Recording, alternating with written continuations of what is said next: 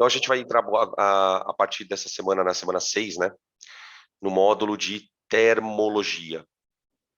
Para a gente poder estudar a termologia, eu dividi o módulo, geralmente como os materiais de cursinho fazem. Eu segui a mesma dinâmica das apostilas, tá? Que é a seguinte, a gente vai fazer assim, qual vai ser o nosso percurso na termologia? Na aula de hoje, a gente vai falar de conceitos preliminares, que na verdade o que é esses conceitos preliminares? Vamos falar de calor e temperatura. Definir um, definir outro, né? E aí a gente entra na parte 1. Parte 1. Da parte 1 é escala de temperatura. Celsius, Fahrenheit, Kelvin. Bem tranquilo. Essa acho que talvez seja a aula mais tranquila do assunto de termologia. Depois a gente vai para a parte 2, semana que vem. Processos de transferência de calor. Tá? Provavelmente, essa parte 2, ela vai nos dar, vai fazer a gente gastar talvez uma aula dê para a gente trabalhar, uma aula de 2 horas e meia, eu consigo trabalhar bem o assunto, consigo trabalhar, fazer exercício, porque é um assunto tranquilo. Aí depois a gente entra na terceira parte, que essa parte aqui é que dá mais trabalho. A gente vai definir calor sensível, do que macete, né? Calor latente, que é o que mole, e troca de calor. Tem exercício com bastante conta. Talvez aqui a gente gaste 2 aulas. Talvez. Quarta parte de termologia, dilatação. Dilatação térmica, tanto em sólidos como em líquidos. Aqui a gente fala de dilatação linear, dilatação superficial, dilatação volumétrica, dilatação aparente em líquidos, tá? O que cai daqui, galera? Vamos lá, né? A gente se preocupa muito em tentar acertar as questões, e é óbvio que a gente tem que fazer assim mesmo, né? E a termologia, o Enem gosta do assunto. Então, ele cobra basicamente o quê? Ele cobra a parte 2 e a parte 3. Geralmente é aqui que está o negócio. Tá? Transformar Celsius para Fahrenheit, Fahrenheit para Kelvin, não cai. Aliás, não cai em vestibular nenhum. Pouquíssimos, tá? Processo de transferência de calor cai por quê? Porque tem um monte de exemplos do dia a dia. Um monte de exemplo. A gente vai falar de condução, convecção, fluxo de calor, tá? Então, aqui o Enem, por exemplo, que é uma prova que costuma ser contextualizada, né, os exercícios, gosta de falar. Você pode falar de inversão térmica, você pode falar do vento que acontece no litoral, que durante o dia ele acontece de um jeito, durante a noite ele acontece do outro. Então, dá pra falar um monte de coisa. Aí a terceira parte também cai. E dilatação não cai muito. Dilatação é a parte mais meio chatinha, porque é muita fórmula, é muita aplicação só de substituir na fórmula. Tem uma outra questãozinha que pode aparecer? Tem, mas não cai tanto, tá? Então, é um assunto que provavelmente a gente vai ficar aí 4, 5 semanas. Vai ser provavelmente a jornada da termologia, tá bom? Aí depois a gente volta a falar de temperatura, calor, só que lá na termodinâmica. A termodinâmica que eu vou deixar para o final do ano. A termodinâmica tem 2 coisas que tem que ser no final do ano. Que o aluno não. Se você a chance que você tem de entender é no final do ano, que é termodinâmica e eletromagnetismo. Isso daí, se você tentar estudar agora, dá ruim, mas dá muito ruim. A gente consegue ver todos os conteúdos até o Enem? Minha filha, fica tranquila. Só que é o que eu já tinha falado no sei lá quando que foi que eu falei um dia. Vai ter um momento que a gente vai ter aula de domingo. Não tem como. Não, eu vou precisar pegar, por exemplo, assim, um mês batidão de domingo a domingo. Domingo vai chegar assim, vai ter um mês, provavelmente. O ano passado foi assim, pergunta para os moleques que fizeram o curso ano passado. Teve um mês que era assim a aula. segunda, terça, sábado e domingo. Segunda, terça, sábado e domingo. A gente fez isso 4 semanas. Tum, tum, tum, tum, tum, tum, tum, tum. Ah, e tinha umas quintas também, né? É verdade, tinha umas quintas também. É que a quinta era. Então, assim, chegou uma hora, cara, que chegou uma hora que eu falei pros moleques assim: eu falei, galera, eu vou ficar dando aula direto. Vocês entram aí na aula que vocês quiserem. Eu dava o cronograma da semana. Eu falava, ó, o que vai ter segunda? Mas foi um mês que a gente fez isso, tá? Aí depois voltou ao normal. Aí, quando chega na revisão, quando falta 3 semanas para a prova de natureza, né? O meu curso ele termina na segunda semana do Enem. Então, tipo assim, o que vai acontecer no final do ano? Quem já fez o curso sabe. Quando faltam 3 semanas para a prova 2, eu começo a revisão. Então, você vai ter uma semana de revisão pré-ENEM, uma semana de revisão entre a P1 e a P2, e depois uma outra semana de revisão. Você vai ter 3 semanas. Então, nessas 3 semanas de revisão, a gente tinha aula segunda, terça, quarta e quinta. Mas isso é só no final. Porque aí é aula só de exercício. Só que assim, né, gente? É o que eu falei. Fica tudo gravado. Então, por exemplo, o ano passado a gente teve aula na semana antes da prova de humanas. Eu já estava dando revisão na semana antes da prova de humanas. Muita gente não assistiu às aulas ao vivo, porque a gurizada estava estudando para a prova de humanas. Só que o que eu falei para eles é o seguinte, galera, eu não posso não dar aula de revisão. Por quê? Porque se eu não dou aula de revisão, depois eu tenho que dar muito conteúdo em pouca aula. Então, o que eu fiz? Eu separei em assuntos, cada aula tinha lá 2 assuntos. Então, assim, vai ter 2 momentos em que a gente vai sofrer muito, assim, no ano. Que vai ser provavelmente em setembro para outubro. Eu gosto de fazer essa semana louca em setembro. E aí, depois, em outubro, eu consigo dar uma semana de folga para vocês, sem aula. A gente dá esse pau em setembro, aí acaba setembro e chega em outubro, a gente fez uma semana do saco cheio ano passado. Esse ano nós vamos fazer de novo. E depois aí no final do ano, quando falta 3 semanas, aí é pauleira também. Por isso que eu falo para vocês, assim, vocês já têm que começar a acelerar mais o estudo agora. Então, quando eu abro em frente, né, como eu estou fazendo agora, qual é o recado que eu estou dando para vocês? Galera, agora eu vou sentar o pau. Eu vou dar as aulas de boa, mas não dá para ficar muito tempo no mesmo assunto. Senão a gente perde. E aí tem assuntos super importantes, né? A gente nem chegou no filé mignon ainda do curso. A gente não chegou em lei de Newton. Então, ixi, tem um caminho aí gigante, tá? E não dá nem para acreditar, gente, que a gente já está em março. Acabou março, né? Mano do céu, tá correndo demais aqui. Mas enfim. Então vamos lá. Vamos começar a falar dos conceitos preliminares aqui. Deixa eu trocar aqui, peraí.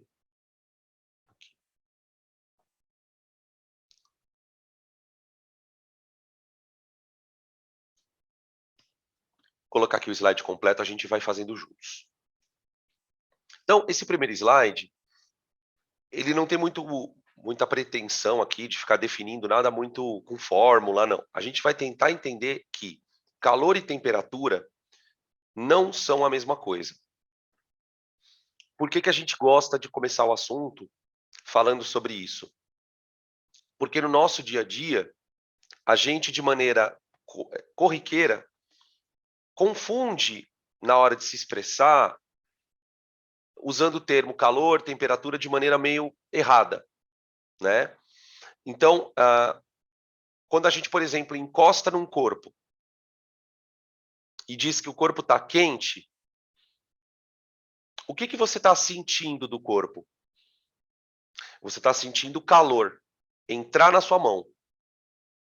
Então, quando você encosta num corpo e tem a sensação de que ele está quente, você tem essa sensação porque o calor está entrando em você, né?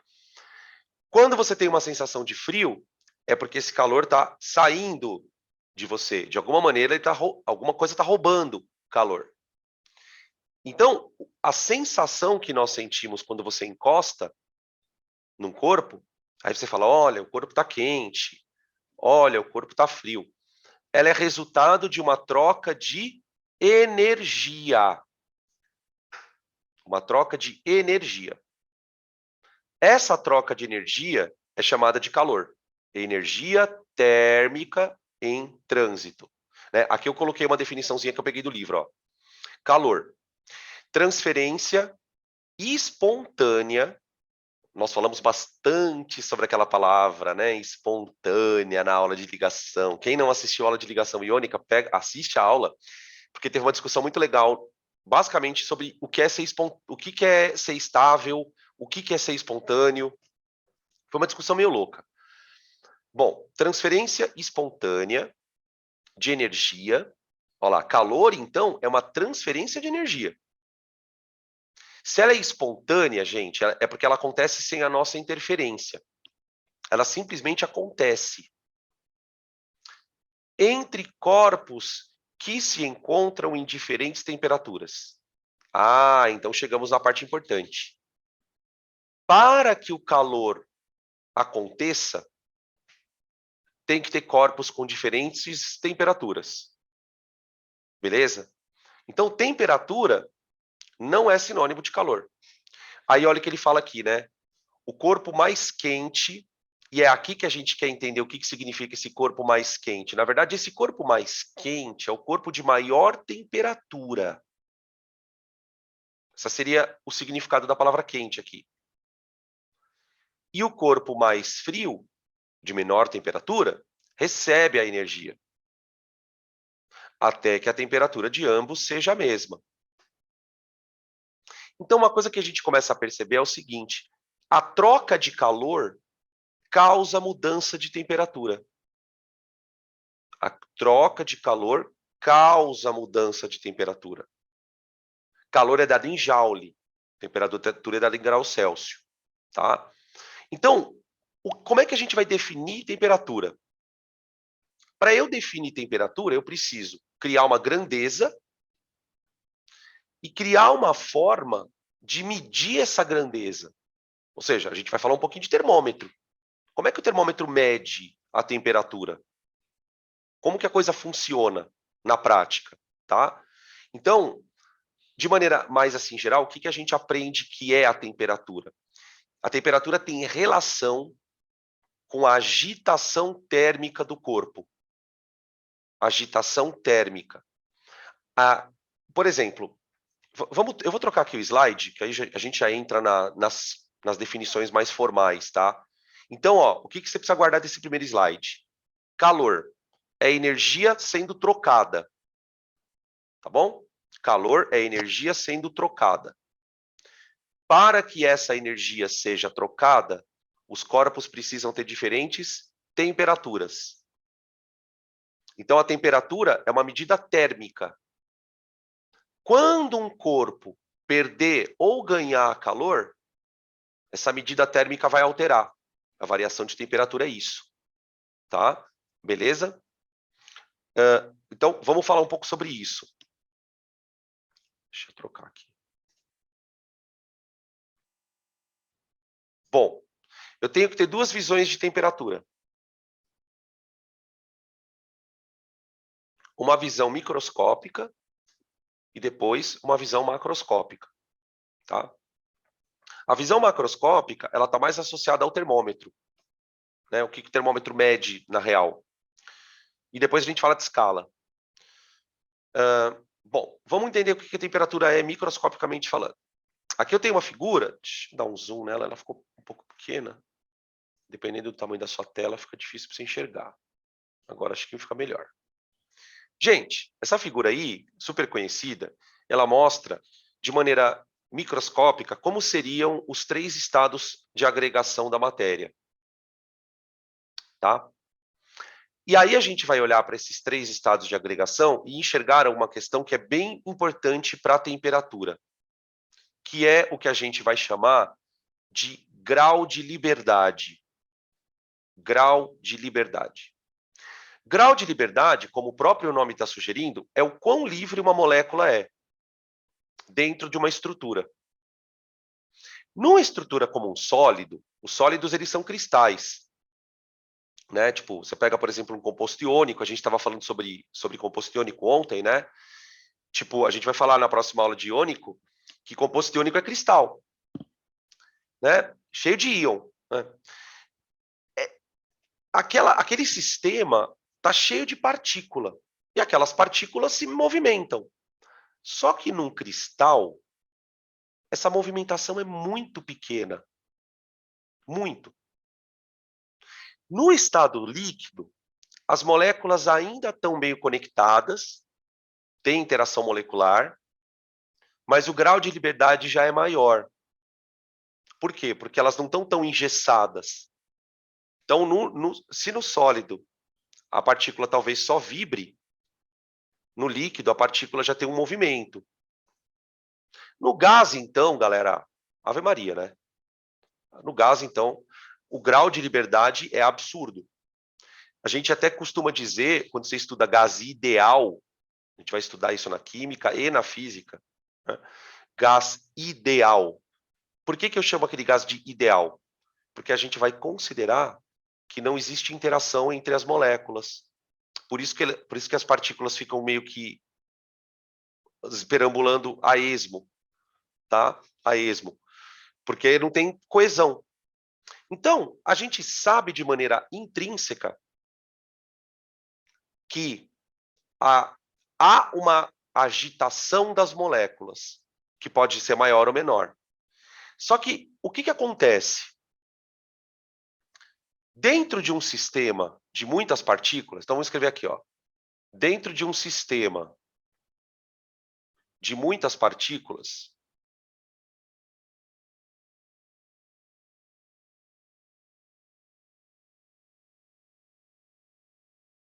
a gente tem duas energias em vigência.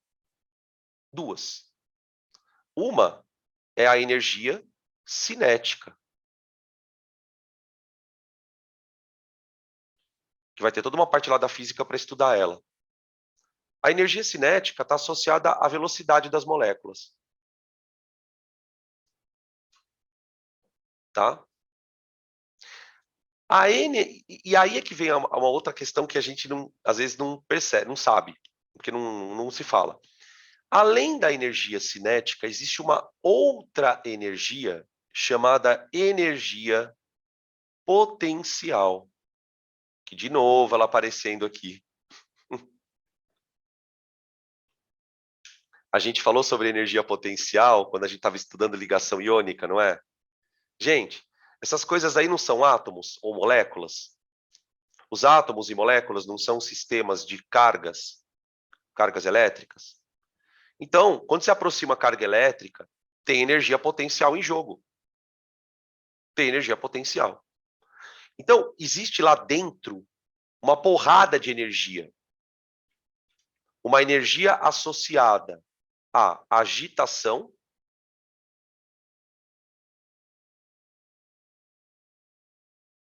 e uma energia associada à interação.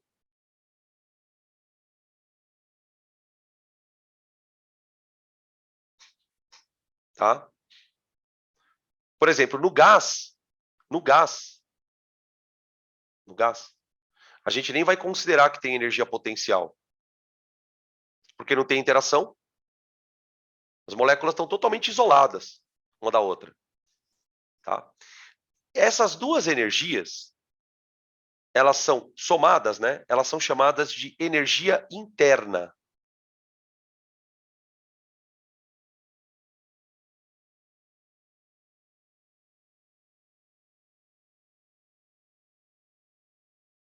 Interna. Tá? A temperatura, ela está mais relacionada à energia cinética.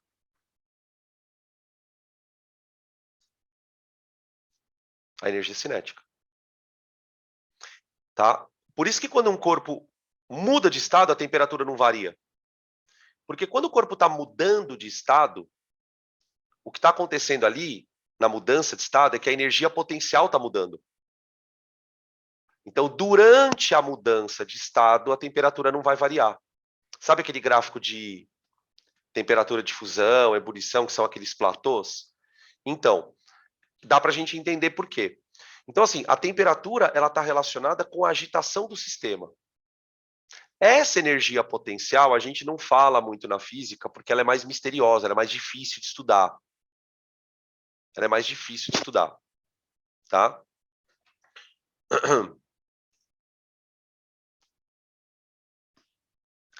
A cinética, ela está associada ao quão agitada está uma molécula. Então, a pergunta que fizeram aqui. Eu não entendi qual que é a diferença da cinética e da potencial. A energia cinética, ela está relacionada ao quanto a molécula está agitada. Ponto. Se ela está mais agitada, a energia cinética maior. Se ela está menos agitada, a energia cinética menor. A energia potencial, ela está relacionada ao quanto esta partícula está interagindo com outras. Quanto está interagindo com outras? Às vezes, a interação é maior, então a energia potencial vai ter um valor. Às vezes, a interação é menor. Então, por exemplo, quando é que essa energia muda bastante, a potencial? Quando o corpo muda de estado. Por quê? Porque a interação muda. Ele passa de um estado mais agregado para um estado menos agregado. Então, as interações vão mudando por conta disso. Né? Quando eu falo de interação, né, gente, a gente está falando de interação do tipo intermolecular. Ponte de hidrogênio, de polo induzido, de polo permanente. Tá? Então, é assim. Quando um corpo recebe calor, ele pode fazer duas coisas. Ou ele aumenta a temperatura, ou ele muda de estado. Quando você dá calor para um corpo e ele aumenta a temperatura, é porque as moléculas estão se agitando mais, ou seja, elas estão ganhando energia cinética. Então você percebe que as partículas estão se agitando mais quando o corpo começa a aumentar a temperatura. Por isso que eu falei que a temperatura tem a ver com essa energia, com a cinética. Tá? Com a cinética. A energia potencial, ela é mais difícil da gente definir aqui, porque ela depende das partículas estarem mais próximas ou mais afastadas. Então, a gente percebe que ela muda muito na mudança de estado. Mudou de estado, essa energia potencial muda. Tá? Faz sentido? Faz sentido. Por isso que eu estava falando aqui, que quando o corpo muda de estado, a temperatura não varia. Porque o que está mudando é outra energia. Então, quando a gente olhava, né, lá na química, para esse gráfico aqui, ó, temperatura em função do calor. Então, sei lá, você pega um pedaço de sólido, aquece ele, aí ele muda de estado, aí você aquece ele de novo, aí ele muda de estado, aí você aquece ele de novo. Então, olha só. Aqui você tem o sólido. Tá? Enquanto você está aquecendo o sólido, a temperatura está subindo. Então, quer dizer, o calor está fazendo com que as moléculas se agitem mais. Então, a temperatura está subindo. Tá? Aí, quando ele chega aqui, ó, a temperatura para de subir. Só que, olha que interessante, né, gente? A temperatura para de subir, mas ele continua ganhando calor. Então, agora, esse calor que ele está ganhando está sendo usado, vamos dizer assim, para fazer as moléculas se separarem. Então, a energia potencial está aumentando. Só que a energia potencial não tem a ver com a temperatura. Então, o corpo está ficando com energia interna maior. Então, aqui, ele aumenta a temperatura. Tudo bem. Aqui, mesmo não aumentando a temperatura, ele está ganhando calor. Tá? E aí você tem energia interna aumentando. Deixa eu ver que tem uma pergunta aqui. Então, o que vai determinar a mudança de fase? É a temperatura. Em que temperatura isso acontece, né? Na verdade, o que vai determinar em que temperatura isso acontece? Então, por exemplo, se você pensar na água, ela só vai acontecer a 0 graus. Então, quer dizer, quando a água estiver nessa agitação, ela começa a mudar de estado. Ela tem que estar numa agitação mínima para começar a mudar de estado, né? O que tem a ver a temperatura com a mudança de estado? Para o corpo começar a mudar de estado, ele tem que estar com uma agitação mínima. Então, por exemplo, quando é que o gelo derrete? A 0 graus.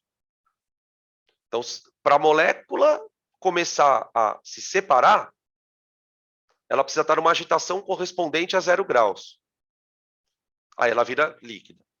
Aí, se eu pegar o líquido e quiser ferver, qual é a agitação que tem que ter para que ele comece a ferver? 100 graus.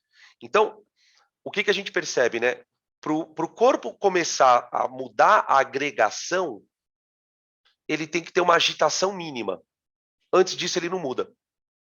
Por isso que existe uma temperatura na qual isso acontece. Tá?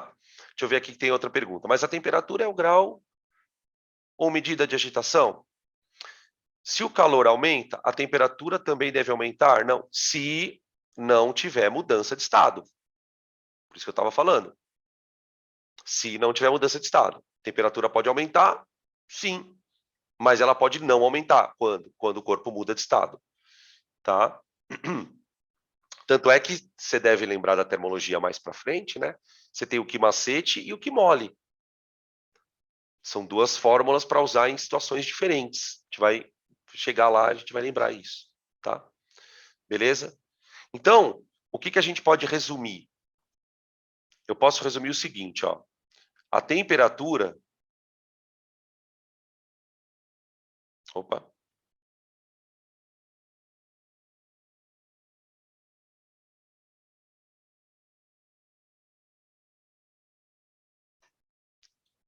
Está associada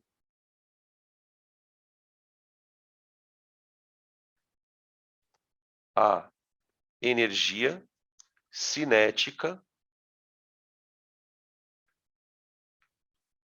média das partículas.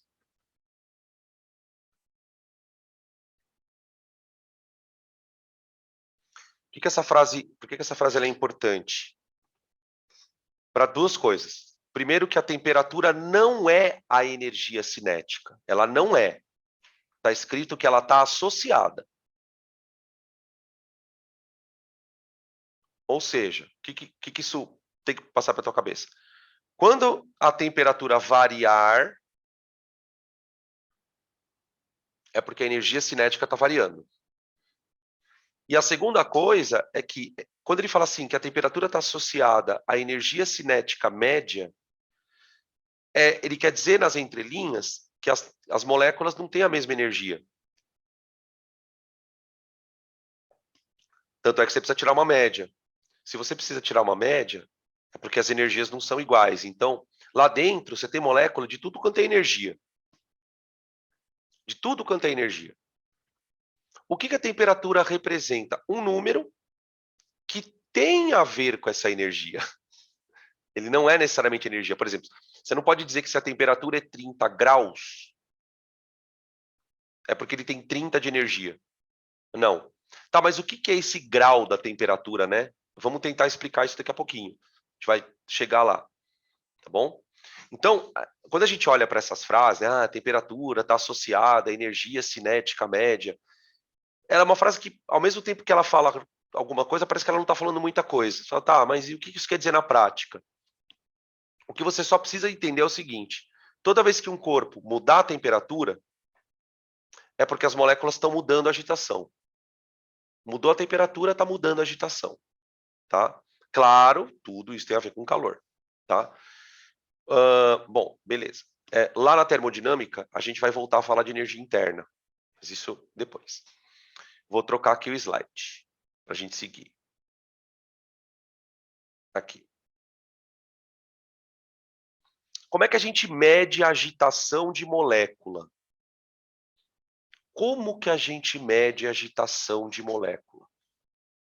Já que isso é uma coisa tão pequeno, né? Uma coisa tão microscópica. Como é que isso aparece? Como é que isso tem a ver, né? Quando você olha para um termômetro, você olha lá e fala, você vê um número lá, você fala, mano, opa, peraí, calma. Você fala, mano, como que isso aqui é uma agitação? Como assim? Então, vamos ler esse texto para a gente entender a coisa aqui, ó. A temperatura é uma propriedade do corpo que caracteriza seu estado térmico.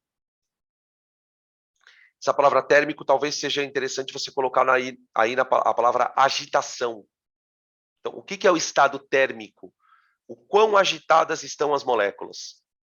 Quanto de energia cinética tem as moléculas? Tá bom. Olha o que ele continua falando. A temperatura, ela está relacionada ao movimento aleatório dos átomos ou de moléculas numa substância. Então, os caras ficam se movimentando. Mais especificamente, a temperatura é proporcional à energia cinética média translacional. De movimento, ó. Translacional, andar para frente, para trás, para o lado, para o outro. Tá? Beleza? Só que eu só consigo medir a temperatura, gente, de um corpo grande. Por exemplo, eu não consigo medir a temperatura de uma molécula. Eu preciso ter um sistema de moléculas. Tá? O termômetro, ele mede não a temperatura diretamente, ele não está medindo a energia da molécula. Olha o que essa frase em amarelo fala. Ó. Como não se pode medir a temperatura de moléculas ou átomos isoladamente, disse que a temperatura é uma grandeza macroscópica. Porque ela não é de um átomo, ela é de um monte. Né? Você mede a temperatura do seu corpo. Eu meço a temperatura do líquido, não é de uma molécula. A temperatura, aqui vem a frase que vai dar origem ao termômetro. A temperatura é medida indiretamente, associando-se com outra propriedade térmica do corpo. E aí eu quero que vocês tentem imaginar o que significa propriedade térmica do corpo.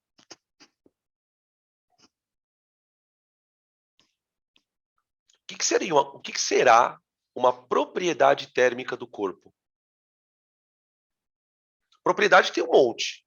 Densidade, índice de refração, ponto de fusão, ponto de ebulição. O que seria uma propriedade térmica? Eu vou dar um exemplo para vocês. Volume é uma propriedade térmica. Volume.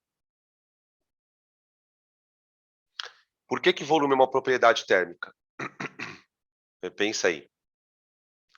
Partindo da premissa de que volume é uma propriedade térmica, por que ele é uma propriedade térmica? Capacidade térmica, não. Não. Não.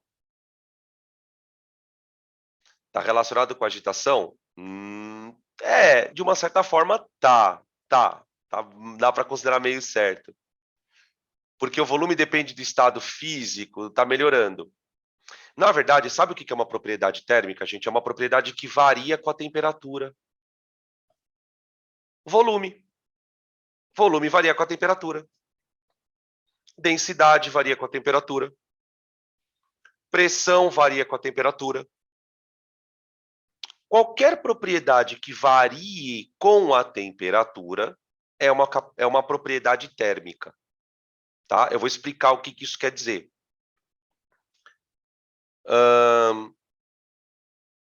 Professor, tem uma pergunta aqui, não tem muito a ver com isso, mas tem. Eu entendi. Professor, quanto mais volume eu tiver, maior vai ser a dificuldade para a mudança de fase? Vamos tentar usar palavras mais objetivas, né? O que é dificuldade para mudar de fase? Essa palavra ela é muito subjetiva. A gente tem que tentar não usar esse tipo de palavra, nem em resposta, nem em resumo, tá? Você pode até usar para ideia. Eu posso te dar aqui um exemplo muito claro. Imagina que você tem no fogão uma panelinha com 1 litro de água e uma panela com 10 litros de água. Tudo bem? Qual vai entrar em temperatura, qual vai entrar em ebulição numa temperatura maior? As duas vão ferver a 100 graus. As duas vão ferver a 100 graus. Quando a água estiver fervendo, ela está a 100 graus. Só que qual é o tempo que esta água demora para começar a ferver? Aí, quanto mais água, mais tempo ela demora para ferver. Se você chama isso de dificuldade, tempo que ela demora para ferver, tudo bem. Quanto maior o volume, quanto maior o tempo que ela demora para ferver. Agora, se eu botar 2 águas para ferver, uma muita água e outra pouca água, se eu encostar nas duas, a temperatura vai ser igual para as duas. Se eu botar o termômetro nas duas, eu não vou encostar nas duas, né? Não sou louco. Se você botar o termômetro nas duas fervendo, então aquela água que você usa para fazer café, aquela água que você usa para fazer miojo, aquela água que você usa para ferver salsicha, todas elas estão fervendo na mesma temperatura. Não importa quanta água tenha na panela.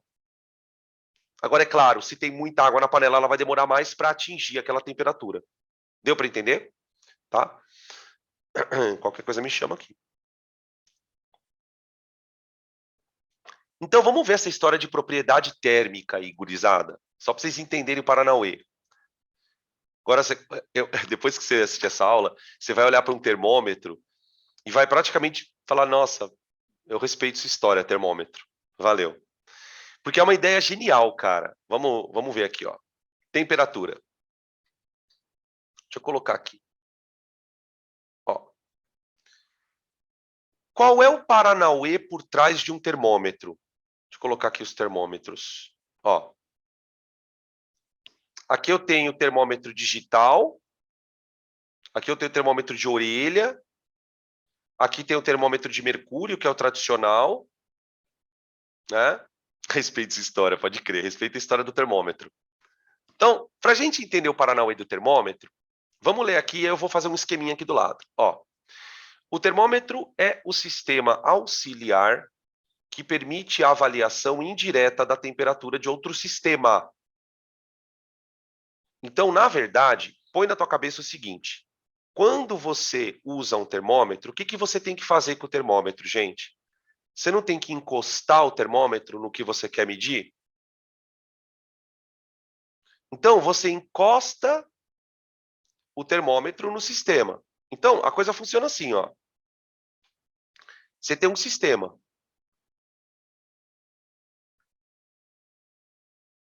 Tá? Esse sistema ele tem uma temperatura. Tá? O sistema ele tem uma parede. Então imagina que isso aqui seja o teu corpo, vai. Aí eu vou encostar aqui o termômetro. Esse aqui é o termômetro, tá? Ô, gente, quando você encosta um corpo no outro, o que acontece com eles? Eles não vão trocar calor até o momento em que eles atingirem o equilíbrio térmico? Então, sabe o que vai acontecer? Se você deixar o termômetro muito tempo aqui, a temperatura do termômetro vai ser igual à do sistema.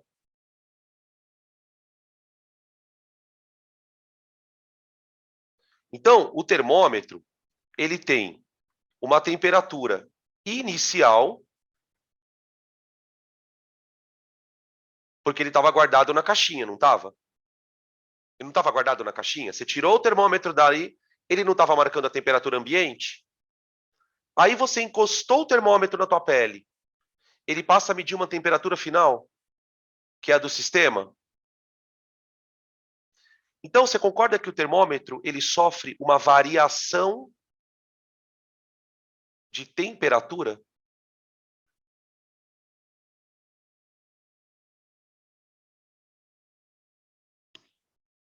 ele sofre uma variação de temperatura. Então, por exemplo, imagina que você tirou o termômetro da caixinha, ele estava a 25 graus, tá? Estava a 25 graus, estava com a temperatura do ambiente. Aí você botou lá na sua axila. Você está com 39 de febre. Então, o termômetro, ele foi de 25 para 39. Ele sofreu uma variação de temperatura? É aí que entra a propriedade térmica. Por exemplo, se eu pegar um termômetro de mercúrio,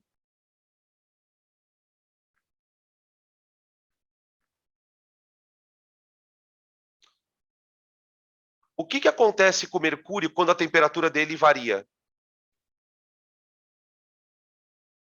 O mercúrio, ele sofre uma variação de temperatura que causa nele uma dilatação.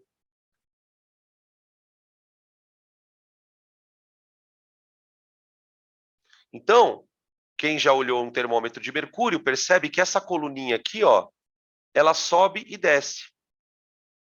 Por que ela sobe e desce? Porque quando você coloca a cabeça do termômetro numa temperatura alta, a temperatura aumenta, o mercúrio dilata. Então, o que você está medindo aqui é a altura de um líquido. E você está associando essa altura a uma agitação. Então, esse 40, 50, gente, não é o valor da agitação. Ele é só um número relacionado a essa coluna. A essa coluna. Por isso que a gente fala que a temperatura é medida indiretamente. Tá? Os termômetros digitais, gente, eles vão para uma outra linha. Então, no caso do mercúrio, por que o mercúrio pode ser usado para fazer termômetro? Porque ele tem uma propriedade térmica. Ele dilata bastante. Você sabia que tem termômetro de álcool? Em laboratório de química, dependendo do laboratório, geralmente laboratório de orgânica, que a gente precisa de algumas situações em que a temperatura seja muito baixa. Os caras têm termômetro de álcool. O álcool ele é colocado dentro da coluna, que nem o mercúrio, e ele é pintado de vermelho. Os caras jogam um pigmento vermelho para você enxergar o álcool subindo ali na coluna. Mas é igualzinho. É igualzinho o termômetro. Tá? Eu preciso de um líquido que dilate. Tá? No termômetro digital acontece uma outra coisa. A gente vai falar logo menos. O termômetro digital ele é formado por resistores. O termômetro digital ele é um resistor. Resistor é aquele dispositivo que regula a passagem de corrente elétrica. Né? O que acontece dentro do termômetro? Quando você encosta o termômetro no corpo de alguma coisa, o termômetro vai mudar a temperatura. E quando o resistor esquenta ou esfria, ele sofre uma variação na resistência. Variação na resistência elétrica.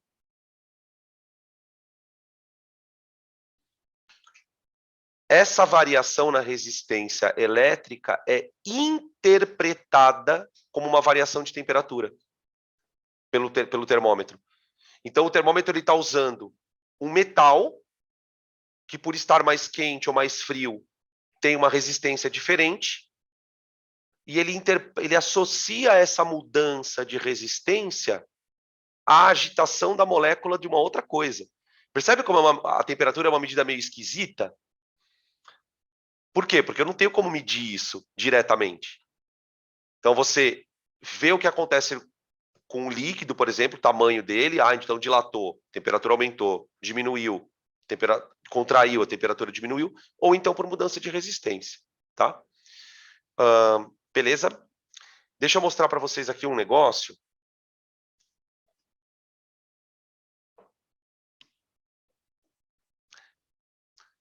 O termoscópio de Galileu. Bom, o Galileu, né, cara, não precisa nem falar nada dele, né? Não precisa nem falar, né? O cara tá em todas. Você achou que Ele estava só na balística, né? Agora olha onde apareceu. O termoscópio de Galileu. O que o Galileu fez? Ele percebeu essa questão da propriedade térmica e montou um termoscópio. O termoscópio era um aparelho que ficava em cima das coisas e você conseguia perceber pelo termoscópio se a temperatura estava subindo ou descendo.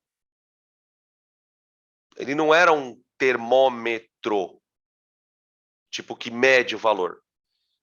Você olhava para o termoscópio e sabia, opa, está esquentando. Opa, está esfriando. O que era uma informação bem relevante na época, vamos combinar, né? Você saber se vai esquentar ou se vai esfriar, já estava bom. Como é que a coisa funciona? O termoscópio, ele funcionava assim. Imagina um recipiente assim, ó. Todo cheio de líquido, tá? Esse recipiente ele estava todo cheio de líquido. Ele foi virado de ponta cabeça. Então, fez isso aqui com ele, ó. E sem deixar a água cair, segurando aqui, ó, na tampa, eu coloquei ele na água, de ponta cabeça. Aqui tem água.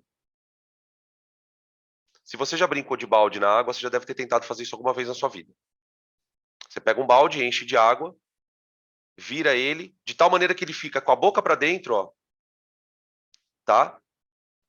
Você vira ele assim de ponta cabeça e fica segurando aqui, o baldinho. Fica segurando, tá? E solta aí. Quando você soltar, você vai perceber que a água ela vai descer até um ponto. Vai ficar meio cheio de água. Tá? O Galileu percebeu que isso podia ser um termoscópio. Isso aí podia ser um termoscópio. Tá? Qual foi a interpretação dele? Ele falou assim, bom, quando a gente vira de ponta cabeça o sistema, por que o líquido não cai por inteiro? O líquido não cai por inteiro porque tem uma pressão externa que não deixa o líquido cair. Tá? Ó, aqui você está vendo a figura de dois termoscópios. Ó. Tá vendo? Ele tem um pouco de água aqui dentro e aqui também tem um pouco de água aqui dentro. Tá. Só que aonde que está a sacada do Galileu? Ele sabia que aqui ó, tinha um pouco de ar preso. Tinha um pouco de ar. Então, o que ele pensou na cabeça dele? Cara, se eu aproximar essa parte aqui do calor, então imagina que agora você começa a esquentar. Se a temperatura aqui fora tiver uma temperatura alta, você concorda que a pressão aqui dentro vai ficar bem alta? A pressão aqui vai ficar bem alta do gás. Se a pressão começa a ficar muito alta, o gás começa a empurrar a coluna para baixo. Então ela baixa. Ela tende a ficar assim, ó. Então, quanto mais quente está o ambiente aqui fora, mais pressão fica o ar aqui dentro. Então essa coluna ela fica mais para baixo. Então, quando você olhava no termoscópio e essa coluna ela estava muito baixa, o que você pensava? Puta, o ar está quente. Aqui o ar está quente. A temperatura está alta.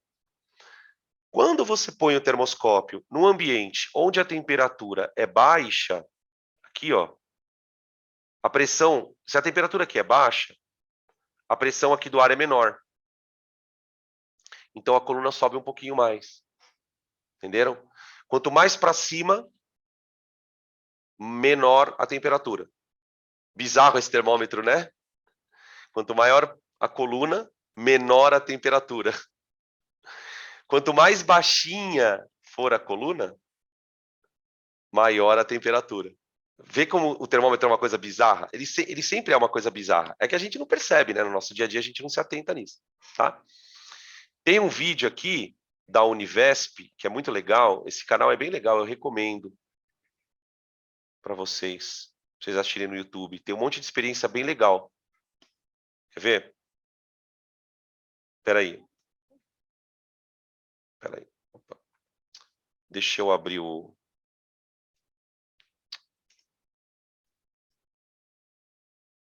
Deixa eu fazer uma coisa aqui. Eu vou abrir o áudio do vídeo só para vocês conseguirem ouvir o que ela fala. Ela faz uma narraçãozinha aqui.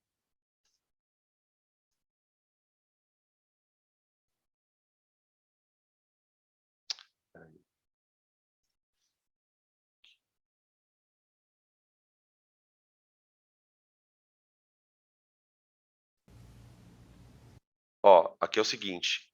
Aqui é exatamente esse dispositivo aqui, tá? Ó.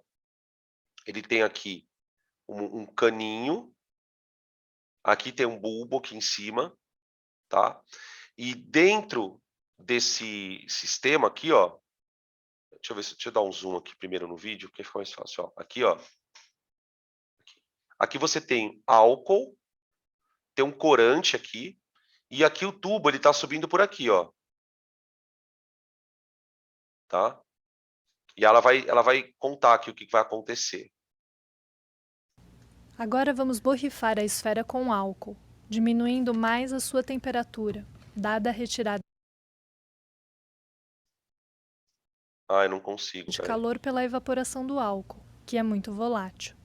Assim, a pressão interna cairá ainda mais, fazendo com que o líquido suba mais rapidamente. Olha lá o líquido subindo. Tá frio ali, ó. Aquecendo-se novamente com a mão, a pressão volta a subir e o líquido desce pelo tubo. Desta forma, podem-se observar variações na temperatura do ambiente. Quanto mais alto o nível do líquido dentro do tubo, menor será a temperatura da esfera de vidro. Vamos lá. Cara, questão cara de Enem, velho. Acho cara de Enem. Legalzinho, né? Chama termoscópio, né? Por que ele chama termoscópio e não termômetro? Porque você não consegue medir a temperatura. O que você consegue criar é uma escala. Por exemplo, você mede a diferença de altura entre duas temperaturas. E fala, olha, quando a altura é tanto, uma temperatura é tal. Só que você está comparando, né? Mas o aparelho em si, ele te permite perceber se a temperatura está aumentando ou diminuindo, tá? Legal, né? Tá legal, né? Esse canalzinho é bem legal. Eu sempre coloco, não sempre, mas em algumas aulas eu coloco o vídeo deles porque é bem feito, cara. É do laboratório da USP, né? De didática. Então os caras produzem um negócio bem bonitinho. Quando a gente tiver aula de ondulatória, eu vou mostrar aqui ressonância, corda vibrante. É bem legal. Bom, enfim. Continuar aqui. Beleza. Vamos então agora para as escalas termométricas.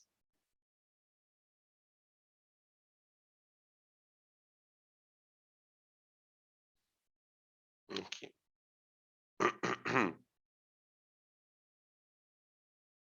Bom, aqui eu coloquei uma lista de 5 escalas termométricas conhecidas. Sendo que dessas 5, 3 são as que vocês precisam saber, que são a escala Celsius, a escala Fahrenheit e a escala Kelvin. Tá?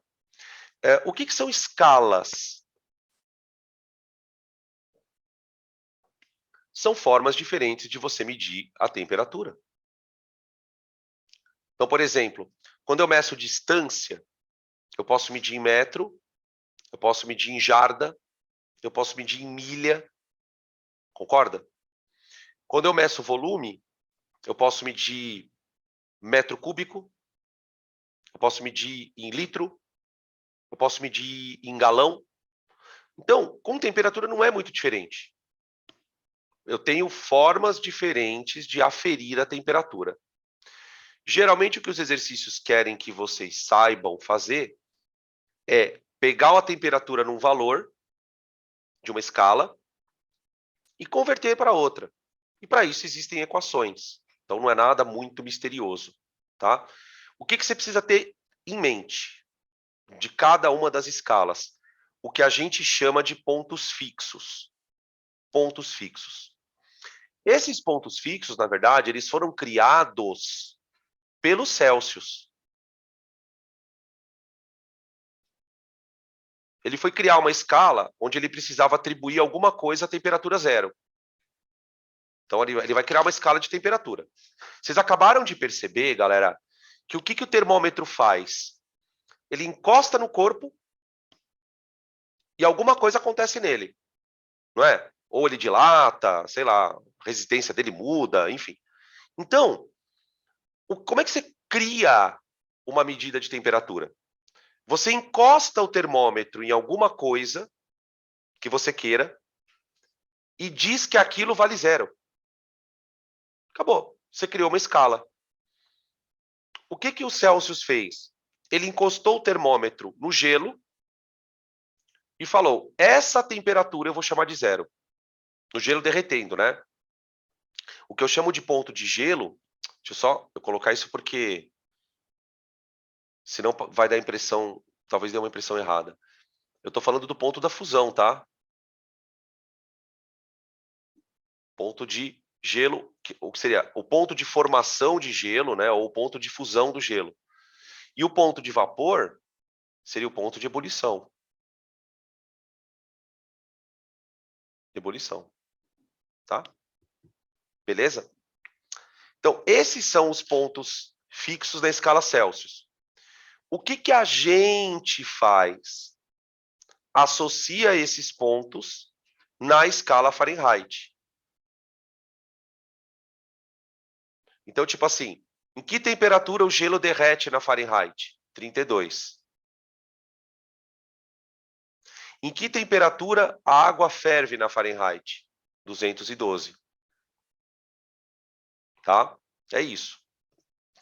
E aí a gente tem a escala Kelvin. A escala Kelvin, que é uma escala toda diferente também, que eu não vou entrar muito na discussão de como ela foi criada. Por que eu não vou entrar? Porque a gente precisa estudar um pouco de gás para entender isso. Aí, quando a gente for estudar gás, eu vou explicar por que a escala Kelvin não tem negativo, por que ela é a escala chamada de absoluta. Bom, a escala absoluta porque ela não tem número negativo, né? E, e na verdade não é só por isso, né? Ela é uma escala absoluta porque ela não é comparada com nada. Por isso que ela é absoluta. Por exemplo, a escala Celsius, ela é relativa. Ela é relativa a quem? A água. Você está usando a água como comparação. A fusão e a ebulição. A escala Fahrenheit, ela deve ser relativa a alguma coisa. Sei lá o quê. A escala Kelvin, ela não é relativa a nada. Ou seja, se ela não é relativa a nada, ela vai ser absoluta, tá? Mas depois a gente comenta isso. O que você precisa saber por enquanto? Os pontos fixos da Celsius, da Fahrenheit e da Kelvin, tá? A escala Reaumur e a Rankine, você não precisa nem saber, tá? Eu só coloquei aqui para você saber que existem outras, mas nem precisa saber. Desencana disso, tá? Tudo bem? O que a gente vai falar um pouquinho aqui? De como transformar as temperaturas, tá? A coisa funciona assim, ó. Você tem 3 unidades importantes. Grau Fahrenheit, certo? Grau Celsius, vou colocar aqui, e Kelvin. Tudo bem? Quais são as equações que a gente precisa conhecer? De Celsius para Kelvin. Essa eu vou te dar. E de Celsius para Fahrenheit.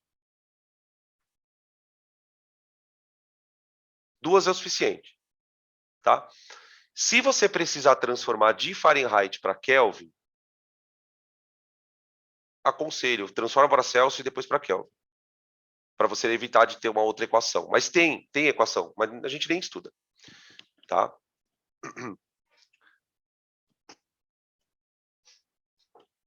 Tranquilo, gente? Então vamos apresentar as equações, tá? Vamos apresentar as nossas queridas equações.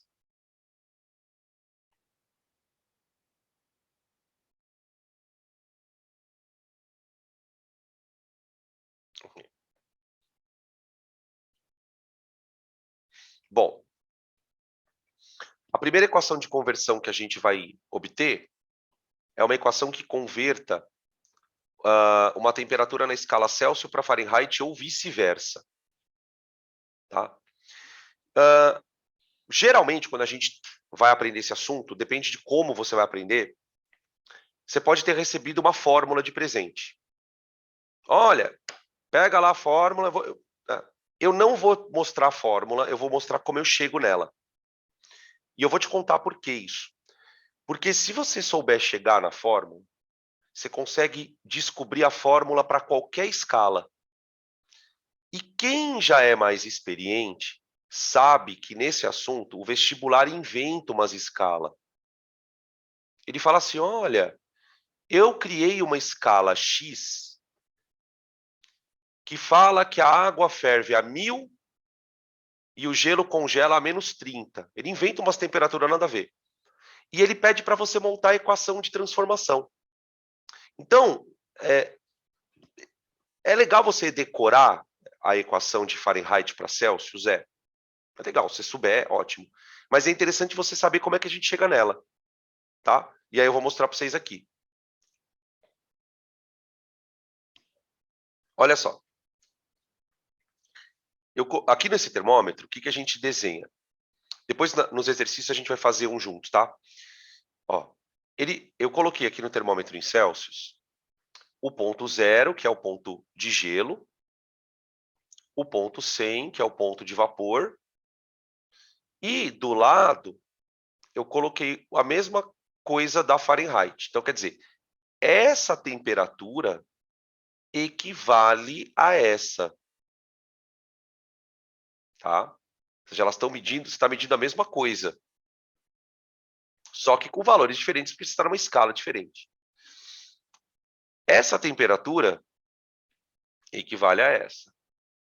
Então, são pontos equivalentes. E aí eu coloquei aqui no termômetro uma temperatura θc qualquer e a correspondente na θf. Tá? Muito bem. Então, vamos lá.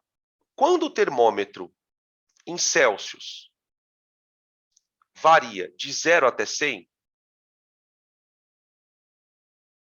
o termômetro em Fahrenheit ele varia de 32 a 212. Então, quer dizer, eu não sei se vocês conseguem perceber que essa variação não é a mesma. Variar de 0 a 100 não é a mesma coisa que variar de 32 a 212. Só que, num certo sentido, essas variações são correspondentes. Elas são correspondentes. Por quê? Porque quando a água vai de 0 a 100 aqui, a mesma água vai de 32 a 212. Então, eu posso dizer que esse comprimento B, ele vale 100 no termômetro em Celsius, e no termômetro em Fahrenheit ele vale 180. Da onde eu tirei 180? Todo mundo entende isso, gente? Acho que eu tirei 180 aí. É a diferença de 32 para 212. Tá? É a diferença de 32 para 212. Isso, olha lá, isso mesmo. Estão falando aqui. 212 menos 32. Tá. Agora vem cá. Se esse segmento é correspondente, eu também posso pensar que esse segmento aqui também é, ó.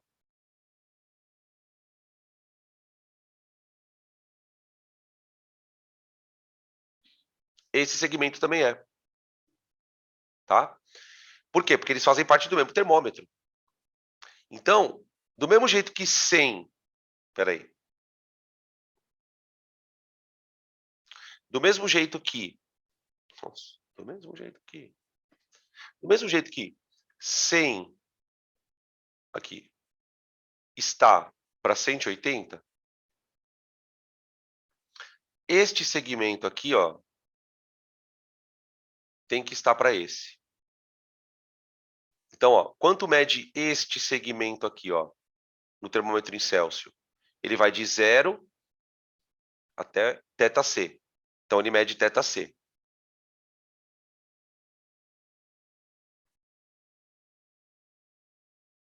Não é que. Oh, Deus. θc.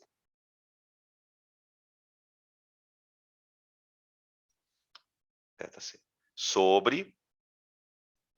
Quanto mede o segmento amarelinho no termômetro em Fahrenheit? Ele vai medir θf menos 32. Tá aqui. Tudo bem? Tá aqui. Isso aqui é uma fórmula. Você pode melhorá-la. Você pode, por exemplo, simplificar. Quer ver? Ó? Se você dividir aqui por 20 e aqui por 20, o que você vai ter? Você vai ter aqui 5 e 9. Então, agora a tua conta ela fica assim, ó. 5 nonos é igual a θc sobre θf menos 32. Como é que eu decorei a fórmula no cursinho, quando eu estudei isso no cursinho? Eu decorei assim, ó. Eu passei esse 5 eu troquei de lugar com o θf menos 32. Então ficou assim, ó. θf menos 32 sobre 9 é igual a θc sobre 5. Eu guardei assim a fórmula. Desde a época do cursinho eu não esqueci mais. θc sobre 5 é igual a θf menos 32 sobre 9. Tá aí. Então, assim, se o exercício exigir de você essa transformação, você aplica a fórmula, acabou. Agora, se ele inventar um termômetro com uma outra escala, aí a gente faz esse negócio de proporção de pedaços, tá? Vocês aprendem isso na matemática. Dá para fazer também com o Celsius e o Fahrenheit. Com o Celsius Fahrenheit, não. Com o Celsius e o Kelvin, tá? A do Celsius é bem legal, Celsius para Kelvin. É bem simplesinha. Então, vamos lá. Deixa eu trocar aqui. Aqui, ó. Aqui eu coloquei emparelhados, também figura da internet, dois termômetros, um em Kelvin e o outro em Celsius, tá? Veja aqui os pontos fixos. Então, ó, ponto de gelo. No termômetro em Kelvin, ele vale 273. O ponto de vapor, no Celsius, ele vale 373. Se você for uma pessoa muito observadora, você vai se ligar num paranauê. Que a temperatura no Kelvin, ó, olha para a temperatura no Kelvin, ela é sempre o Celsius mais 273. Pode perceber, ó. Olha a temperatura aqui no Kelvin. Ela é o Celsius mais 273. Tá? Então, se você fizer aquela ideia dos ladinhos, quer ver? Ó? Vamos chamar isso aqui de A.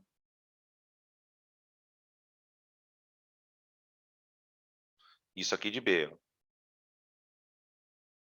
É legal a gente treinar, não para fazer isso, né? Mas para um exercício qualquer. Isso!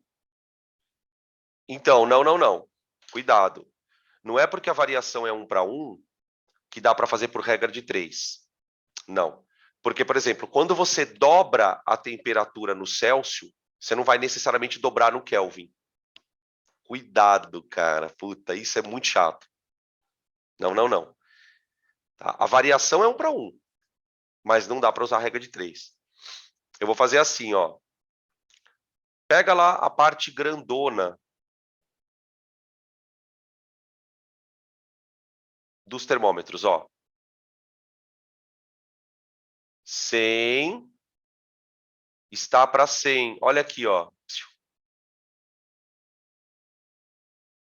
Ó. 100 está para 100. Assim como, ó, θc menos 0 está para T menos 273.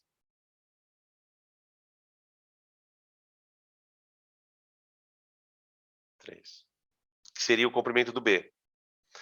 Tá? Essa parte aqui, ó, ela tá aqui, ó.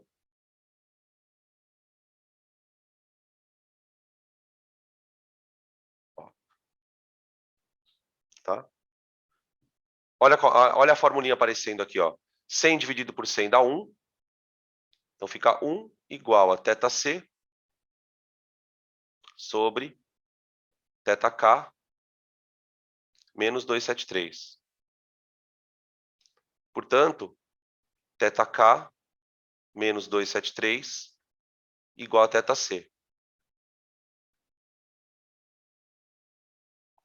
Eu estou usando T para temperatura em Kelvin, tá? Passa o 273 para lá, né? Fica TK é igual a θc mais 273. É aquela formulinha famosa que vocês aprendem. Ah, a temperatura em Kelvin é a Celsius mais 273. Tá? Não tem muito como complicar, não, o assunto, viu, gente? O que pode fazer você errar exercício é conta. Tem uns que são meio chatinhos, mas é isso. Tá? Beleza? Perguntas até aqui? Dúvidas?